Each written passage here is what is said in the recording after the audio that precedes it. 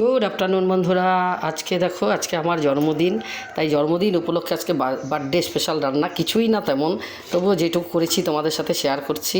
তো দেখো, এই যে এদিকে তো গরম গরম ভাত, গরম গরম ভাত,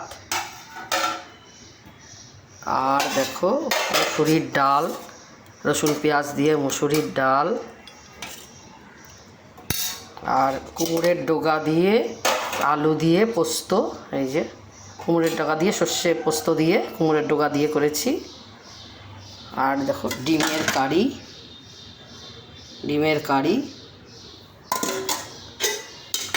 আর এদিকে দেখো চিকেন কষা, আলু দিয়ে চিকেন কষা কষা করে করেছি, ঝোল করিনি।